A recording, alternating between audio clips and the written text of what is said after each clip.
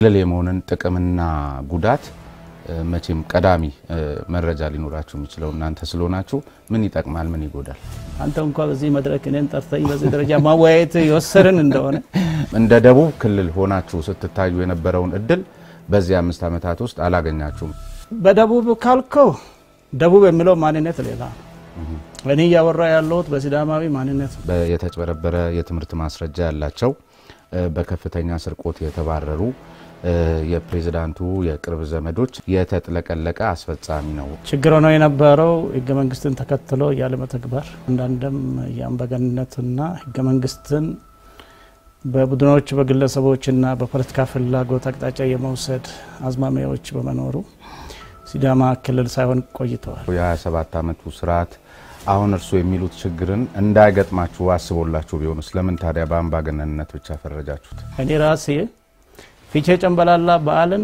እንኳን አደረሳችሁ ብዬ ለኢትዮጵያውያን በኢትዮጵያ ቴሌኮም ስርዓት ለማሳወጅ ፈልጌ የተከለከልኩ የዞኑ አስተዳዳሪ ነኝ በማግስቱ በ2013 ላይ ሲዳማ ክልል ከሆነ በኋላ የመጣ ፊቼ ጨምበላላ የኢትዮጵያ ቴሌኮም ከኔ ጋር ያንን አድርጎ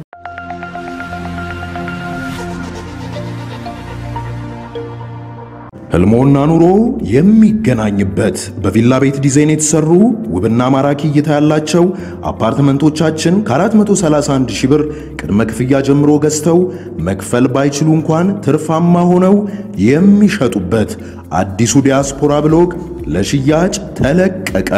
እንኳን ደስ አላችሁ። በ8% ቅድመ ክፍያ እየኖሩበት የሚከፍሉት 60% የባንክ አማራጭ ተመቻችቷል። ምን ይሄ ብቻ! የቪአይፒ ቦታዎቻችን ኮምፓውንዱን ልዩና ተመራጭ ያደርጉታል። ቀድሞ ለተመዘገቡ 20 ሰዎች እንዲሁም በጋራ ለሚገዙ ቤተሰቦች ተጨማሪ ዳጎስ ያለ ቅናሽ ተደርጓል። በ090854 3454 ላይ በመደወል ቤቶን ይሸምቱ። ዴምሲ ሪል ስቴት። በምክር ቤት ደረጃ የሚሳተፉ የሌላ ክልል ተወላጆች አሉ ወይ? በዚያ ላይ ግን የሲዳማ ህገ መንግስት መግቢያው ላይ ደግሞ የመጀመሪያው መግቢያው ላይ ለሲዳምኛ ቋንቋም የሚሰጠው ትኩረት አለና ከሱ ጋር ተያይዞ በምክር ቤት ብቻ ሳይሆን በርግጥ አቃፊነቱ በባህል ደረጃ በዚያ እርሶ በገለጹት ደረጃ ላይ ማንንም ልዩነት አይኖርም ትክክልም ስለሆነ ስለምናቅም ስላየንም ማህበረሰብ ውስጥ ገብተን ፖለቲካሊ ግን ቢያንስ በወረዳና በከተማ አስተዳደር ደረጃ ወደ አስፈጻሚነት እንደዚህ የመሳብ ነገር የሌላ ክልል ተወላጆችን አለ ወይ? እንዳይኖር ደግሞ ይሄ ሲዳምኛ ቋንቋ የሚለው ነገር ሳይገድብም እንኳን የወረዳና የዋሳ ከተማ በክልል ምክር ቤት አሉ ይልኩ ነው ያለው ገብቶኛል። ወደ አስፈጻሚነቱ ክልል ምክር ቤት እንዲኖሩ የተደረገው በምርጫ ቀርቦ ህዝቡ መርጧቸው ነውና አሁን ባለን በአዲሱ ሲዳማ ክልል ምክር ቤት ውስጥ የሌሎች ብሔር ብሔረሰብ ተወላጅ የሆኑ ሲዳምኛ ቋንቋውን የማይችሉ በምክር ቤቱ የምክር ቤታችን አባላት ናቸው። ይሄ ከለርፉል መሆን ምን ያህል ሲዳማ ክልል ወደ አቃፍነት ቆርጦ የሄደ መሆኑን ነው የሚያሳየው። ይሄ ደግሞ የመጣው ዝም ብሎ አይደለም ከመጀመሪያው ጀምረን ነው በዚህ መልኩ መርተን ያመጣ ነው በያለው ፖለቲካል ድንግነሱ አለ። ይሄ በዋሳ ከተማ በስፋት ይታያል። ባይዘበ ሲዳማ ክልል ምክር ቤት ያው ሲዳማ ክልል የሥራ ቋንቋ ሲዳምኛ ነው። ሆኖም ግን ይፈልግ ክልል ምክር ቤት ጭምር ሐሳብ ጥያቄ አስተያየት ለማንሸራሸር የግድ ሲዳምኛ መናገር አይጠይቅም። በራሱ በሚችለው ቋንቋ የሚናገርበት አሰራር አለ። ያን ያህል ዲሞክራሲያዊና አቃፊ ሆኖ እንዲቀጥል በመፈለጉና ቅርብ ጊዜ ምክር ቤት ጉባኤ አድርገን ነበር። በዛ ምክር ቤትም ሲዳምኛ የማይናገሩ እኔ ሲዳምኛ አልችልም ግን ሐሳብን በአማርኛ ገልጻለሁ ብለው ሐሳቡን የገለጸበት ቤቱ በጥሞና ሰምቶ እንደማንኛውም ተናጋሪ ተቀብለው በኋላም ሐሳቦች በዛ ደረጃ ተንሸራሽረው የድንበት ተጨባጭ አብነት በሚዲያም ተቀርጾ ያለ ሀቅ ነው። በዛ ደረጃ ሰፋ ብለው የሄደ ነው። ይሄ ወደ አስፈጻሚው ይመጣል።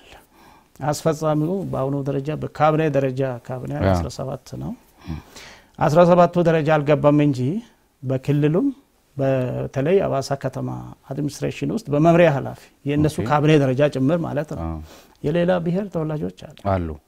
በጣም ጥሩ። ይሄ ትልቅ ልምድ የሚወሰድበት ነው። ይሄንን የክልልነት ጉዳይ አንስተን አንዳንድ ጉዳዮችን ደግሞ እርሱም በተለያዩ መድረኮች ላይ የሰሟቸው ይመስለኛል።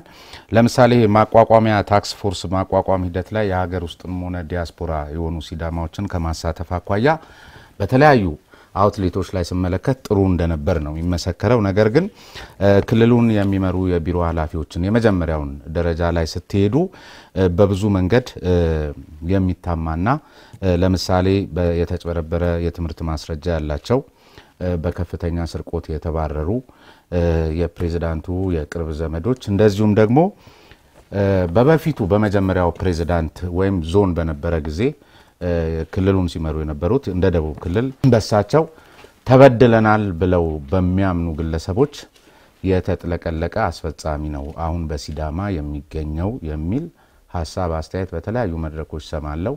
ምንድነው ሐሳቦት? የመጀመሪያው ነገር ይሄ ሁሉ ውሸት ነው። ለምንድነው ውሸት የሚሆነው?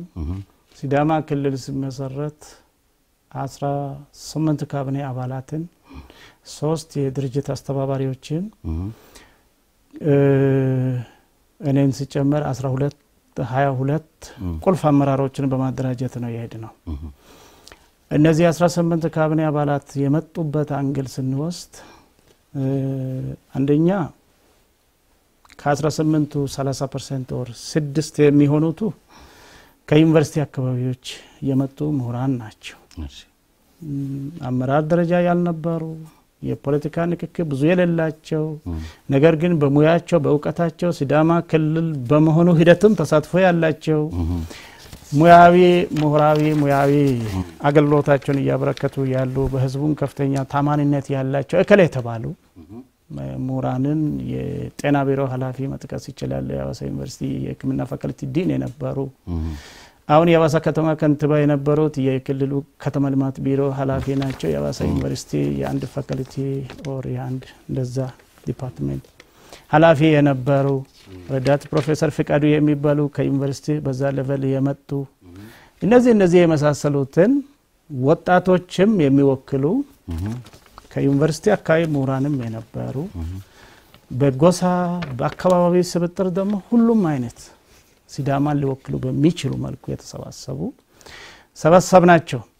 ከዛ በተጨማሪ በዚህ ደረጃ ያልነበሩ ነገር ግን በተለያየ መልኩ በሲዳማዊ እንቅስቃሴ የጎላ ተሰምነት የነበራቸው በእጀቶ በሚባለው ያን ክልል በመሆን ሂደት ውስጥም ተባብረው ተሳትፎ በሚደረግ እንቅስቃሴ የመሪነት ሚና ሁሉ የነበራቸው ነገር ግን በአመለካከታቸውም ጽንፈኛ ያልሆኑ አማካይ የሆነ ሲዳማዊ ብሎም ኢትዮጵያዊ አመለካከት ያላቸው አስማምቶ አግባብቶ ሲዳማም ሌላውንም አቃፊ ሆነው ሊመሩ የሚችሉ ከተለያዩ ካምፕ የሰበሰብኳቸው ስቲል የፋይናንስ ቢሮ ኃላፊ ዶክተር አርሶ የሚባሉ ያኔ ነበሩ። አንድ አሁን ፓርላማም ልከን የተቃዋሚን ፓርቲ እዛ ውስጥ አምጥቻለሁ። አንደውም በመሳሌነት የሚነሱት የፋይናንስ ቢሮ ኃላፊ የጸጥታ ቢሮ ኃላፊ ናቸው።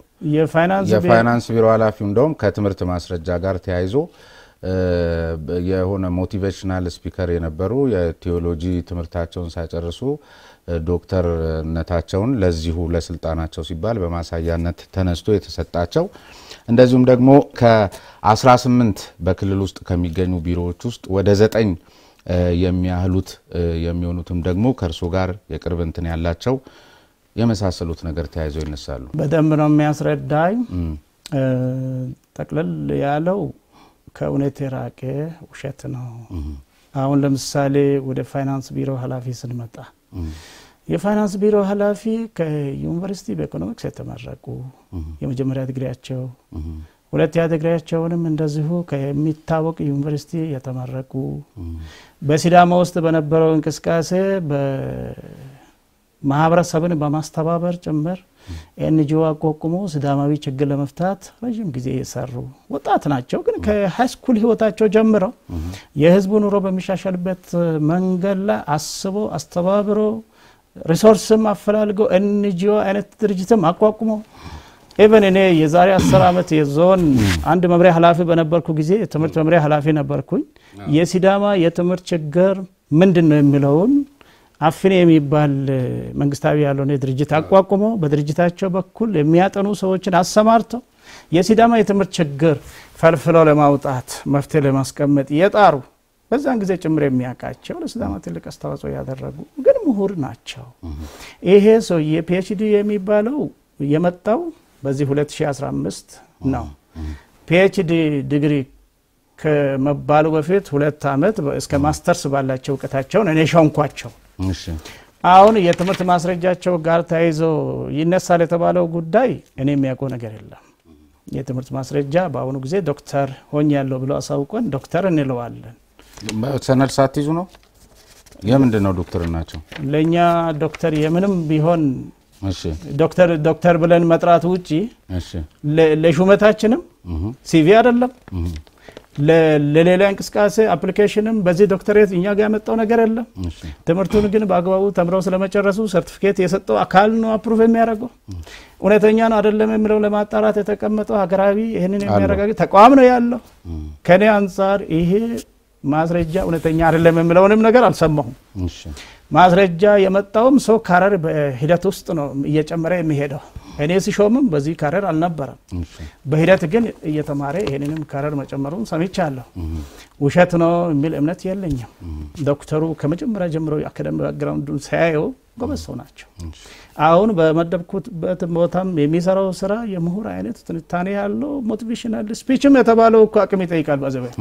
በዚህ ደረጃ የተካኑ ለሲዳማ ትልቅ አስተዋጽኦ ያደረጉ ያሉ ለብነት ላይ ታግቶ የሚታገሉ ምናልባትም በዚህ መልኩ የነካቸው የሚሰጡት አጸፋ ነው ብዬ ነው የሚያስበው እንጂ ችግር ነው ብዬ አልወስድም። በአጠቃላይ ካቢኔ ሲያደራጅ እነዚህ ካቢኔ ተለያዩ ይሄንን ጨምረው ዝም ብዬ እስቲ አንድ ማሳያ ልጨምር። ለምሳሌ በስም አንጠራም የሐዋሳ ከተማ ውሃና ፍሳሽ መምሪያ ላይ ምክትል አድርጋችሁ በመጀመሪያ የሥራ ዘመናችሁ ላይ ሾማችኋት አንዲት ግለሰብ የ8ኛ ክፍል ተማሪ ነበረች ነች። በፌስቡክ ጫጫታ ከስልጣኗ በፍጥነት አንስታችኋታል። ይሄ ስልክ አይደለም? አንደኛ ውሸት ነው። ለምን ውሸት ሆነ ብትለኝ የሐዋሳ ከተማ ውሃ ፍሳሽ በራሱ ቦርድ የሚተዳደር ነው። እሺ ሁለተኛ የሐዋሳ ከተማ አመራርም ጭምር የክልሉ መንግስት የሚሾመው ይሄ መምሪያና አስተባባሪ የሚባል 10-20 ሰው ብቻ ነው። 200 የሚሆን ክፍለ ከተማና የከተማው አመራር አለው ሐዋሳ ከተማ። ያንን ሁሉ የሚሾመው የክልሉ መንግስት አይደለም። እናንተ ሾማዎቻል ሲባል እኔ ሾምኩት ከንቲባ ነው። ድርጅት ጽሕፈት ቤት ኃላፊ ነው። በእነሱ አቅራቢነት ምናልባት የመምሪያ ኃላፊዎች 10-18 የሚሆኑት ነው። ከዛ ውጪ እኛ የምንሾመው ሰውም የለም።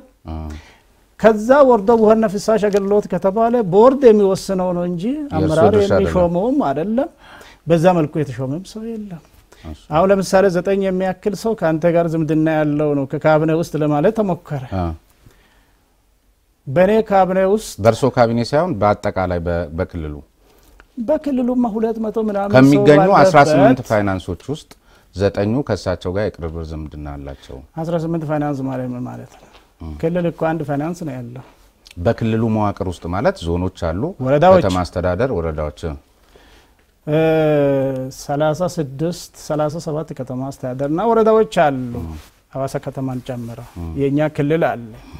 ከ37 የክፍለ ከተማውን ከጀመርክ 44 ከሚደርሱት ውስጥ 18 ፋይናንስ ከተባለ ፋይናንስ ኃላፊ ለማለት ነው። አረ በፍጹም ሌላው ቀርቶ እኮ በክልል ካቢኔ ውስጥ ጭምር 18 ነው አልኩ አይደል? ከኔ ጎሳ እኔ ብቻ ነኝ። ሌላ ሁለተኛ ሰው እንኳን የለም። ሁለተኛ ሰው ምናልባት አጠቃላይ አፈ ጉባኤውን ድርጅት ተጨምሮ 25 ሰዎች እንሆን ከሆነ ከ25ቱ 2 ነን ከአንድ ጎሳ ወራስ ከሌላ ጎሳ 5 ሰው ያለበት አለ። ህልሞና ኑሮ የሚገናኝበት በቪላ ቤት ዲዛይን የተሰሩ ውብና ማራኪ እይታ ያላቸው አፓርትመንቶቻችን ከ431 ሺህ ብር ቅድመ ክፍያ ጀምሮ ገዝተው መክፈል ባይችሉ እንኳን ትርፋማ ሆነው የሚሸጡበት አዲሱ ዲያስፖራ ብሎግ ለሽያጭ ተለቀቀ። እንኳን ደስ አላችሁ። በ8% ቅድመ ክፍያ እየኖሩበት የሚከፍሉት 60% የባንክ አማራጭ ተመቻችቷል። ምን ይሄ ብቻ! የቪአይፒ ቦታዎቻችን ኮምፓውንዱን ልዩና ተመራጭ ያደርጉታል። ቀድሞ ለተመዘገቡ 20 ሰዎች እንዲሁም በጋራ ለሚገዙ ቤተሰቦች ተጨማሪ ዳጎስ ያለ ቅናሽ ተደርጓል። በ090854 3454 ላይ በመደወል ቤቶን ይሸምቱ። ዴምሲ ሪል ስቴት 6 ያለበት አለ ካንድ ጎሳ አሁን ይሄ ኢፍታዊ ነው ተብሎ ለመናገር እንዴት ይቻላል? ከዚህ ተነስቼ ነው ቅድም የካቢኔ አወቃቀሩ በሙራን በወጣቶች እና በበሳል በነባሩም ሂደት ውስጥ የነበሩ በድምሩ ነው እንጂ ችግር ያለበት አልነበረም። ህዝቡም በከፍተኛ ደረጃ እየተደሰተበት ነው። በዛ ሁኔታ ነው የሲዳማ ሽግግር ምዕራፍ የጀመር ነው። በጣም ክልሉም ተረጋግቶ ወደፊት ሊቀጥል የቻለበትም አንዱ መሰረቱ በዚህ ደረጃ አስበን ምሁራንን አምጥተን ህዝቡ የሚያውቃቸውን ወደ መሪነት ስናመጣ ህዝቡ ተስፋ ጣለባቸው። ወጣቶች እንቅስቃሴ ውስጥ የነበሩትንም በዚህ ደረጃ ይበሰሉና ይበቁ ለመሪነት ህዝቡ በልቦና የሚያጫቸውን እነዛንም አምጥተን ካቢኔ አባል አረግን። እንግዲህ የ16 ጎሳዎች ውህድ የነበረ ይመስለኛል በፊት አሁን ሲዳማ ውስጥ ማለት ነውና ይሄ ለስልጣን ጎሳ እንዲስብጥሩን መጠበቅ ተገቢ ነው ብለው ያምናሉ? እስከ ዛሬ አልነበረም በእናንተ ጊዜ የተጀመረ ነው በሚል ይነሳል። ግን በእናንተም ይጀመር በነዛ ከያንዳንዱ ጎሳ ወክልና የመስጠት ግዴታ ሲያስፈልጋሉ ለስራው ብቁ ከሆነ በቂ አይሆንም ወይ? ከዛ ውጪ በፊት እንደውም አንድን ጎሳ ለይቶ ለመጥቀም የሚደረግ ጥረቶች እንደነበሩ ይነገርና አሁንም ያንን ጎሳ መልሶ ለማጥቃት የሚደረገው ሙከራ ጥፋትን በጥፋት ለማረም የሚደረገው ነገር ትክክል ያልሆነና እንደውም ክልሉ ከዚህ የበለጠ መሄድ ሲገባው እንዳይሄድ ያደረገ ክልሉ እንዳይረጋጋ ያደረገ አይነት ሁኔታዎች ይታያሉ በሚል ይነሳልና ግድ ነው ወይ ጎሳን እንትን ማለት? ጎሳን ግምት ውስጥ ማስገባት በመርህ ደረጃ ያን ያህል አስፈላጊ ነው ብዬ አላምንበት። አሁን ባለው ተጨባጭ ሁኔታ ግን ኢግኖር አድርጎ መሄድም የራሱ አደጋ አለው። እንደ ስርዓት ተቆጥሮ ነገ ደግሞ በዛው እንዲቀጥልና መብት አድርገው እንዳይወስዱት መብት አድርገው እንዳይወስዱት የሚያስችል ፖለቲካዊ ስራዎች ይሰራሉ፣ እየተሰሩም ናቸው። ከተጨባጭ ነባራዊ ሁኔታ ኢግኖር አድርጎ ችላ ብሎ መሄድም ችግር ያስከትላል ብዬ ያልኩት ይሄ አነጋገር ከበፊት እንደ ልምድ የመጣ ነገር አለ ማለት ነው። ስለዚህ አንደኛው በፊት ያልነበረ በእናንተ ጊዜ የጀመረ የተባለው ፍጹም ውሸት ነው። በፊትም ቢሆን ሲዳማ አካባቢም ጎሳም ግምት ውስጥ ይገባል። አንዳንድ አካባቢ ግን አይደለም። ለምሳሌ አንዳንድ ክልሎች ላይ አንዳንድ ማህበረሰብ ላይ ጎሳ ራሳቸው እኛን በአስተዳደር ውስጥ የሚወክለን ብሎ የሚሰይሙት አይነት ኦር ብቃት በዛ ደረጃ ባይኖረውም ዝም ብለው ጎሳን ታሳቢ በማድረግ የሚሰየምበት አይነት አለ ኢትዮጵያ ውስጥ። ሲዳማ አካባቢ ያለው እሱ አይደለም እና ጎሳ አንድ በመዋቅር ውስጥ የሚወክልህን 2-3 ሰው ላክ ተብሎ የሚወሰድበት ስርዓት የለም። በዛ ደረጃም አይጠየቅም። ጎሳውም እኔ ብሎ በጉባኤ ተነስቶ የሚነጋገርበት ባህልም የለም፣ በአመለካከት ደረጃም የለም። ግን የፖለቲካዊ ፍላጎት ለምሳሌ ኢትዮጵያውያን ለምን አውድ አንወስድም? በኢትዮጵያ አውድ ላይ አሁን የሚያንጫጫ ነገር ምንድነው? ከኛ ተወክሏል አልተወከለም በኢትዮጵያ ፌደራል መንግስት ሚኒስትሮቹን ብቻ ውሰድ። ሚኒስትር አልሆነም የኛ ሰው ብሎ ኢትዮጵያውያን ጥያቄ ያላቸው ያነሳሉ አያነሱም? ያነሳሉ። አንዳንዱ ደግሞ በብዛት ከዚህ ብሔር ነው የሆነው የኛ በተነጻጻሪነት አነሰ የሚል አሳሰብ ኢትዮጵያ ውስጥ እኮ ያለ እኛም ያለ ነው ኢትዮጵያ ውስጥ ነው። እኛ ራሳችን ሲዳማዎች ለምሳሌ በፌደራል መንግስት ያሉ ቦታዎች ላይ በበቂ አልተወከልንም ብሎ እኮ ጥያቄ ይነሳል፣ በሲዳማ ማህበረሰብ ይነሳል። እና ያው ሂሳብ የተሰላ አይደለም። በቂ የሚባለው ስንት ሲደርስ ነው፣ በበቂ አይደለም የተባለው አሁን ስንት ስለሆነ ነው የሚለው ራሱ ዲፋይንድ ስላልሆነ ባለው በፖለቲካ አውድ በማቻቻል ሂደትም ያለው ቦታ ይዟል። የሚቀጥለው በሂደት ውስጥ እየጨመረም እየቀነሰም ይሄዳል። ለብሔር ግን ተሰልቶ የተሰጠ ቁጥር የለም። በማቻቻል ሂደት ውስጥ የሚስተካከሉ ነገሮች ስለሆኑ ወደፊት እያቻቻልን እንሄዳለን። በየሀገርም ቢሆን ይሄንን ወደ ሲዳማም ካመጣው ሲዳማ እንዳልኮ የተወሰነ ጎሳዎች አሉት። እነዚህ ጎሳዎችን የሚመስል ነገር አንተ ከዛ ጎሳ ነህ ባይባልም በአድሚኒስትሬሽን ውስጥ ያያል ሰው ያያል። ስለዚህ ሆነ ብለህ ባዶ አድርገህ ሆነ ብለህ ደግሞ የአንድ ጎሳን ብቻ ጠቅላላ ሲዳማን እንደሚመራ አድርገህ ከወሰርከው አሁን ባለው ሁኔታ ቅድም ያልኩ እይታዎች ስለሚኖሩ እኛን እኮ ተገፋን አገለሉን አንተ ያነሳውን አንድ ጥያቄ አለ ለምሳሌ በፊት በነበረው አንድ ጎሳን ፈበር የማድረግ ነገር ነበር አሁን አንድ ጎሳ የመገፋት ብሎ ሰዎች ያነሳሉ አለ ተግባሩ ያለ ነው አይደለም ብትለኝ ያለ አይደለም እንደዚህ አይነት አሰራር ጎሳን የመጥቀም የመግፋትም አሰራር የለንም እኛ በዛ መልኩም እየመራን አይደለም ነገር ግን የሚሉ ሰዎች አሉ ማለት ነው አስተሳሰቡ አለ ማለት ነው ይሄ ምህዳር ፖለቲካ አስተሳሰብ ባለበት ያዋቀርክ ስለዚህ ያ ነገር ማረጋቸው አንድን ቤተሰብ ወይ አንድ ጎሳ ብቻ ሞልተህ ልትሄድ አትችልም ሁሉንም ጎሳ ሂሳብ አሰልተህ ደግሞ ካንተ 2 ነው ካንተ 3 ነው ይሄም ሰርተህ አትሄድም ሳይባልም ሊባል እንደሚችል በኢትዮጵያ ኮንቴክስት ይታወቃልና አሁን ምንድነው የተደረገውና የምናደርገው የበቁ ሰዎች ካሉ ሁሉም ጎሳ የሚባል ነገር ሳይኖረው ሲዳማ የኔ መሪ ነው ቢመራኝ ጥሩ ይመራኛል ብሎ የሚያስባቸው ሰዎች አሉ ከየትም ይውጡ እነዚህን ሰዎች ወደ ኃላፊነት ማምጣት ነው ወደ ኃላፊነት ካመጣው በኋላ ግን የሆነ ጎሳ ይሆናል እኔ ለምሳሌ ሲዳማ ለመምራት ኃላፊነት ተሰጥቶኛል ሲዳማ ነኝ ሲዳማ ሁሉም ጥሩ ይመራኛል ብሎ ያስባል ነገር ግን ጎሳ አለኝ ነው ጎሳ እና እንደዚህ የመጣ ሰው ብቻ የሆነ ጎሳ አለው በጎሳው ምክንያት የመጣ አይደለም በብቃቱ ነው የመጣው እዛ ላይ እኛም ሆነ ብለን እንደው ጎሳ ቢያንስ አንድ እንኳን በአድምስራ 20 ሰው ነው ያለው በግልጽ ነው እንዲካተት አድርገን እንሄዳለን ይሄ ባላንስ ያጨምሩልን ወደፊት ግን ያደረግን ያለ ነው ይሄ አስተሳሰብ የጎሳ ወዘተ የሚባለው ለእድገት ብዙም የሚጠቅም አይደለም የሚፈልገው ብቃት ነው ብቃትን መሰረት ያደረገ አመራር እንዲወጣ የማህበረሰብ ውይይቶች የአባላት ውይይቶች ወዘተ የሚባሉ ነገሮች በሰፊው እየተወያየን በፊት የአንድ አካባቢ የአንድ ወረዳ ተወላጅ የዛ ወረዳ አስተዳዳሪነት ወዘተ ቁልፍ አመራር ደረጃ እስከዛ ድረስ ነበርኛ ከመምጣታችን በፊት አሁንኛ ያንን አበሳጥረን ቀይረን ከአንዱ ወረዳ ወደ ሌላ ወረዳ አስተዳዳሪ አርገን ከአንዱ ዞን ወደ ሌላ ዞን አስተዳዳሪ አርገን የምንልክበት ስርዓት ደረጃ ተቀባይነት እንዲያገኝ አድርሰናል በእናንተ በሲዳማ በኩል የአዲስ አበባ ቡድን የሐዋሳ ቡድን የቀድሞ ስርዓት የሚባል በሶስት የተከፈለ የኃይል አሰላለፍ አለ የሚባለው እውነት ነው እውነት የለም በቃ ቀደም ሲል እንግዲህ አንዱ የክልልነት ትሩፋት ይሄውን እዚህ መድረክ ላይ መጋበስ እንደሆነ ነግረውኛል ጥሩ ማሳያ ነው በነገራችን ላይ ያለኝን ታላቅ አክብሮት አሁንም በድጋሚ ለመግለጽ ፈልጋለሁ እውነት ነው በዚህ አጭር ጊዜ ውስጥ ሲዳማ ውስጥ ምን ያህል ለውጥ እንደመጣም ቅርባችንም ሐዋሳ ስለሆነ በተለያዩ ምክንያቶችም ከስራ ውጪም ስለምንሄድ ስለምናይ በተሳትፎ ደረጃም አንዳንድ በግላችንም እናቃቸው ነገሮች ስላሉ ለዛ ያለኝን አድናቆትና አክብሮት እንደዚሁም እዚህ ተገኝተው አዲስ አበባ ለስራ በመጡበት አጋጣሚ እዛ መምጣት ሲገባኝ እዚህ ድረስ ስቱዲዮአችን ተገኝተው ለሰጡን ቃለ መልስ በመላው የዋልታ ነጻ ሐሳብ ተመልካቾች ስም ከልብ ነው የማመሰግነው ክልል እስክትሆኑ ድረስ ላስቀረነው ጉዳይም በቅርብ ጊዜ ውስጥ ደግሞ በድጋሚ እዛው ሐዋሳ ከተማ ተገኝቼ ከርሶ ጋር ወይ ከፓርቲው ጽፈት ቤት ኃላፊ ጋር እንደዚሁ ተመሳሳይ ቆይታ እንደ